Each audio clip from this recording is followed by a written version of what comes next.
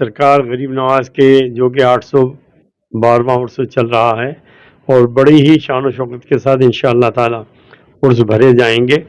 اور سرکار غریب نواز کا وہ در ہے کہ اس در پر بدل جاتی ہیں تقدیریں. یہ وہ در ہے کہ اس در پر بدل جاتی ہیں تقدیریں.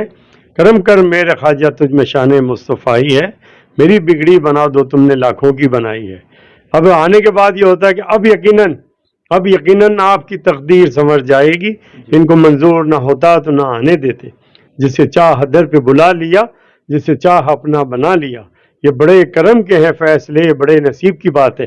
اجمیر تو وہی آتے ہیں جنہیں خواجہ بلاتے ہیں. سب سے بڑی بات تو یہ ہے کہ سلطان الہند غریب نواز کی بارگاہ ہر مذہب و ملت کے لوگوں کے لیے کھلی ہے اور انشاءاللہ تعالیٰ تا قیامت تک کھلی رہے گی.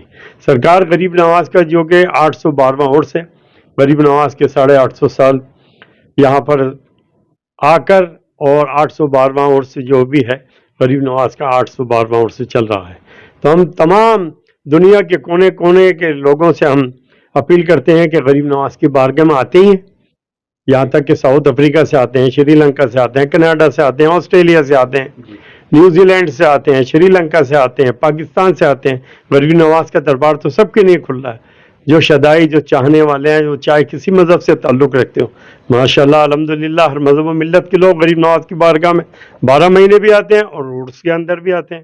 تو ہم تو زیادہ سے زیادہ سب لوگوں کو یہی چاہتے ہیں کہ غریب نواز کی بارگاہ میں آئیں اور یہ جو کہ روحانی دربار سلطان الہند غریب نواز کا، تو اس سے فیض اور فائدہ اٹھائیں. اور غریب نواز کا وہ در ہے سرکار کے اندر، یہاں تو صبح سے شام تک ایک نئی سے نئی کراماتیں ہوتی ہیں اور غریب نواز کی بارگاہ میں فیض اور جھولیاں بھر کر لے کے آتے ہیں. خالی جھولیاں لے کے آتے ہیں اور جھولیاں بھر کے یہاں سے جاتے ہیں. سب سے بڑی بات تو یہ ہے کہ کل 8 جو کہ جنوری تھی، غریب نواز کی بارگاہ میں بلند دروازے پہ جھنڈا پیش کیا گیا. اور یہ جھنڈا جو کہ غوری پریوار ہے جو بھیلواڑے سے لے کر آتے ہیں، غریب نواز کے بلند دروازے پر اس کو چڑھایا جاتا ہے. وہاں پر بھی کل میں نے دعا خیر کی، تمام لوگوں کے لیے کی ہے، دیش واسیوں کے لیے کی ہے، ہمارے دیش کے لیے کی، جو غریب نواز کے عاشق ہیں، جو غریب نواز کے چاہنے والے ہیں، سب لوگوں کے لیے میں نے وہاں بھی بلند دروازے پہ بھی دعا خیر کی. وہ تمام جتنے بھی خدام خواجہ ہیں، سب جن کے تعلق ہیں سرکار غریب نواز کی بارگاہ میں، ان لوگوں نے بھی دعائیں خیر کی. غریب نواز جن کے بھی جو مریلے ہیں، جو معاملات ہیں، سرکار اس میں کامیابی عطا فرمائے، برکتیں عطا فرمائے، رحمتیں عطا فرمائے. اور دوسری بات، اس کے بعد جھنڈے کے بعد ہے 28 تاریخ چاند کی. یہ 28 تاریخ جو بھی آنے والی ہے، تو اس دن جو پورے سال میں جو سندل شریف غریب نواز کی بارگاہ پہ مزار پہ چڑھایا جاتا ہے، جو روزانہ سندل چڑھتا ہے، آدھا تو اس کو اتار لیا جاتا ہے روزانہ اور آدھا غریب نواز کے مزار پہ ہی اس کا لیپ کر کے اس کو وہیں رہن دیا جاتا ہے. وہ پورے سال کے اندر اس کو 28 تاریخ کو اتارا جائے گا. اور جتنے بھی عاشق خواجہ، جن خادموں سے، جن لوگوں کے رابطے ہیں، جن لوگوں سے تعلقات ہیں، اور جو لوگ بھی آتے ہیں، تو ہم اس کو تبرک اس کے اندر دیتے ہیں اپنے اپنے زائرینوں کو. اور جو بھی چاہے غریب نواز کے عاشق ہیں، جو بھی ویسے بھی آتے ہیں، تو ان لوگوں کو وہ تبرک دیا جاتا ہے. اس کے بعد چاند دکھنے کے اوپر چاند رات ہوتی ہے، چاند رات سے غسل چالو ہو جاتے ہیں غریب نواز کی بارگاہ میں. یہ 6 غسل ہوتے ہیں چاند رات سے لے کے 5 تاریخ کی رات تک چاند کی. اور 5 تاریخ کے اندر جو کہ غسل پھر وہ آخری غسل ہوتا ہے. اور چھٹی کے دن جو کہ صبح چھٹی ہوتے، خدام خواجہ کی طرف سے غلاف پیش ہوتا ہے غریب نواز کی بارگاہ میں، غریب نواز کے دربار میں پھول کی چادر پیش ہوتی ہے، اور احاطہ نور کے اندر قوالی وغیرہ جو خدام خواجہ ہی کی طرف سے ہوتی ہے. اور تمام زائرینوں کے لیے، تمام عاشقان خواجہ کے لیے غریب نواز کی بارگاہ میں چھٹی کے لیے بھی دعا ہوتی ہے. اور جتنے نیاز لنگر بنتے ہیں وہ چھٹی کے دن. اور دربار شریف کے اندر جتنی بھی نیاز بنتی ہے، میں آپ کو ایک بار بتا دینا چاہتا ہوں کہ ٹوٹل ویج ہوتی ہے، نان ویج بالکل نہیں ہوتا. غریب نواز کی جو دیگیں اس کے اندر ٹوٹل ویج کھانا بنتا ہے. تاکہ ویج اس لیے بنتا ہے کہ ہر مذہب و ملت کے لوگ غریب نواز کی بارگاہ میں آتے ہیں اور اس سے فیضیابیاں حاصل کرتے ہیں.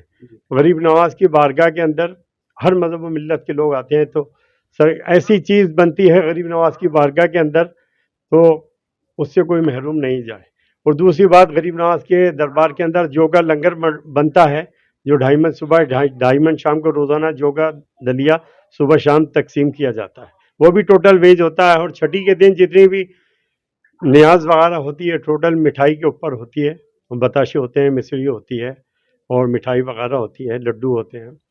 تو غریب نواز کے جو عاشق آتے ہیں اس دن چھٹی کے دن بھی خدام خواجہ کی طرف سے کافی تبرک تقسیم کیا جاتا ہے. زائرینوں کے لیے لنگر بنتے ہیں اور الحمدللہ خادم تو 12 مہینے، چاہے وہ رمضان ہو، عرس ہو، عید ہو، بقرعید ہو، ربیع الاول شریف کا فنکشن ہو، غریب نواز کی بارگاہ میں بڑھ چڑھ کر خدام خواجہ ہی لیتے ہیں. اور خدام خواجہ کی طرف سے کافی جو کہ مدرسے بھی چلتے ہیں، اسکول کے اندر بھی جو دینی تعلیم بھی دی جاتی ہے، اور انگریزی انگلش اسکول انگلش میڈیم بھی ہیں. اور جو ایکسٹرا جو لوگ بچے پڑھتے ہیں ہمارے ماشاءاللہ الحمدللہ بہت قابل بچے جو پہلے میں اور اب میں رات دن کا فرق ہے. ہمارے بچوں نے کافی ترقیاں کی ہیں، کافی وکیل بنے ہیں اور کافی اچھی پوسٹوں پر ہیں. آگے بھی ہمارے بزرگ بھی رہے ہیں.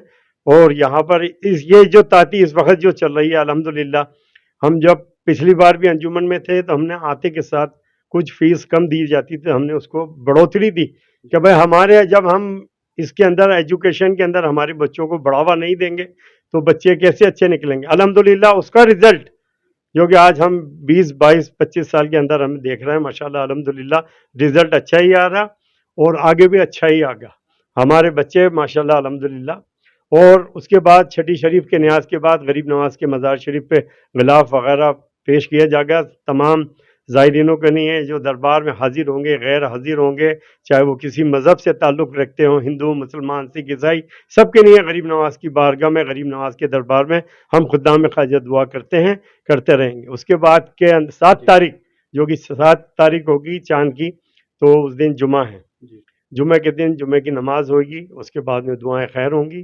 پھر چاند کی 9 تاریخ کے اندر دربار شریف کو جو غسل دیا جاتا ہے، پورے مزار کو غسل دیا جائے گا اور وہاں پہ اس دن بھی خدام خواجہ ہی دعائیں خیر کریں گے. خدام خواجہ دربار کھولتے ہیں، خدام خواجہ دربار کی خدمت کرتے ہیں، خدام خواجہ ہی رات کو دربار کو معمول کرتے ہیں.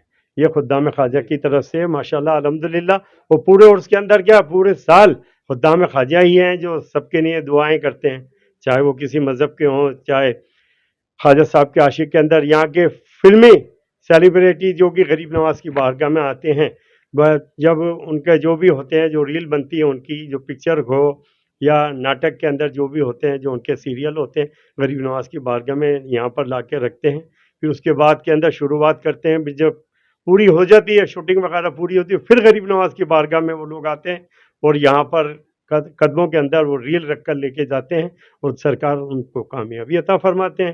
ہماری ماشاءاللہ الحمدللہ جو کہ ایکتا کپور ہیں، جو تو بڑی خواجہ صاحب کی شدائی ہیں اور خواجہ صاحب کے نام پہ ہی کیکا جو وہ رکھتی ہیں، تو وہ غریب نواز کا جو شروع کا جو ہے خواجہ معین الدین چشتی، تو کے اوپر انہوں نے کافی سیریل بنائے، کافی ناٹک بنائے اور کے فلمیں بنی ہیں الحمدللہ.